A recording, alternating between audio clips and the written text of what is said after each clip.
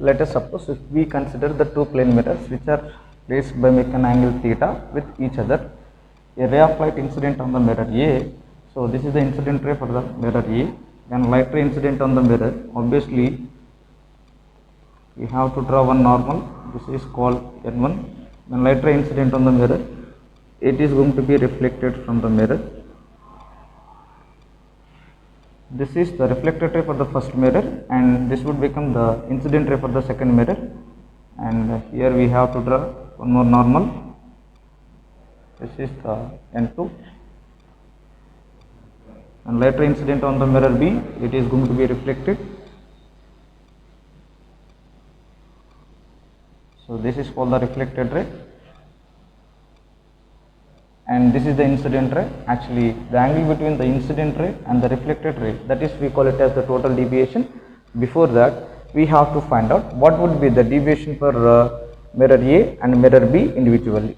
Let us suppose this light ray is incidenting by making an angle alpha with the mirror.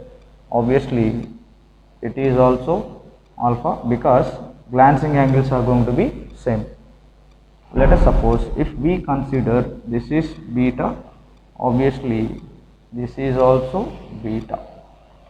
So now if we consider the deviation for the first mirror, this is the extension of the incident ray, the angle between incident ray and the reflected ray, that is, we call it as the deviation. Let us suppose this is alpha, obviously this is also alpha because vertically opposite angles are same. Now the angle of deviation is nothing but the angle between incident ray and reflected ray, that is, we call it as angle of deviation. So that's why this would becomes the delta 1, which is the angle of deviation for the first mirror. Now we know that angle of deviation in terms of glancing angles is 2 into Ig1. So that's why 2 into Ig1 is nothing but alpha. Delta 1 is equals to 2 alpha. Let us consider this is equation number 1. Now if we consider for the second plane mirror, this is the incident ray, this is the extension of incident ray, the angle between this extension of incident ray and this reflected ray, we call it as angle of deviation.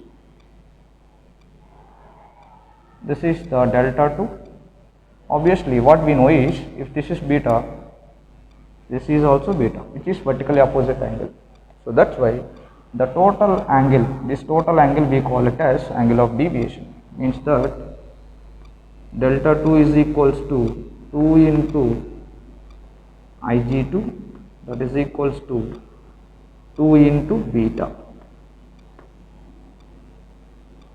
This is delta 1, this is delta 1, this is delta 2. So now the total deviation for these two plane mirrors is the angle between the incident ray and the reflected ray. This is the incident ray and this is the reflected ray. So this is what we call the total deviation, delta. Now delta equals to delta 1 plus delta 2. This is the total deviation. We know that delta equals to delta 1 is nothing but 2 alpha, delta 2 is nothing but 2 beta. By consideration of common term, 2 is the common term, alpha plus beta. This is equation number 3. Actually, the angle of deviation for the double plane mirror, it should not be in terms of glancing angles and angle of incidence. So that's why we are going to eliminate alpha and beta. So let us suppose if we consider this is O and this is A and this is B, from the triangle OAB, from the triangle OAB,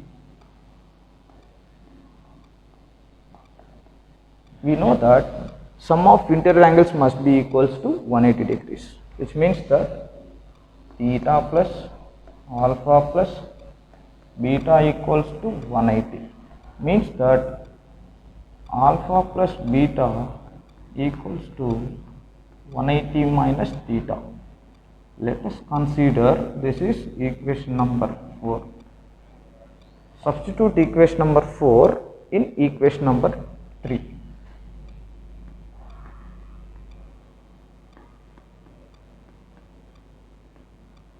Equation number 3. Then what we get? Delta is equals to 2 into, instead of alpha plus beta, we can replace that 180 minus theta, or else what we can write is 2 into 180 is nothing but pi in terms of angle, pi minus theta, or else 2 pi minus 2 theta equals to delta. This is the total deviation for the double plane mirror. So the total deviation for the double plane mirror which are inclined with an angle theta is 2 pi minus 2 theta, or else we can also represent that delta equals to 360 minus 2 theta.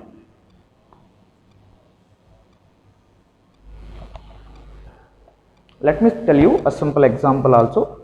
Let us suppose if the angle between the two plane mirrors is 30 degrees. What is the total deviation for the two plane mirrors? What is the net deviation after the two reflections? That is we are going to find out. Example problem is, if theta equals to 30 degrees, if the angle between these two plane mirrors is 30 degrees, then what would be the net deviation? That is we are going to find out now. Actually what we know is delta net is equals to, or delta is equal to 360 minus 2 theta. Then as we know that theta equal to 30 degrees, 360 minus 2 into 30, that is equal to 360 minus 60, that equals to 300 degrees is the net deviation or total deviation. That is the answer.